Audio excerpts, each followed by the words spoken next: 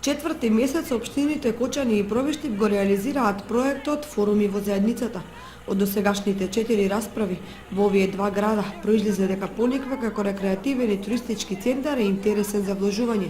Токму од тука и досегашната расправа за развој на Пониква оди во насока да се задоволат потребите на граѓаните од овие две општини, поврзани со овој центар.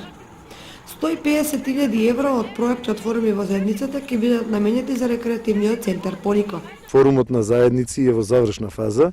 Во месец јануари ќе завршат дискусиите на граѓаните на општина Кочани и Пробиштип и дополнителни 150.000 евра заедно од општина Пробиштип, општина Кочани и швајцарската влада ќе бидат вложени овде онака како што ќе бараат граѓаните тука на лице место, значи на Пониква.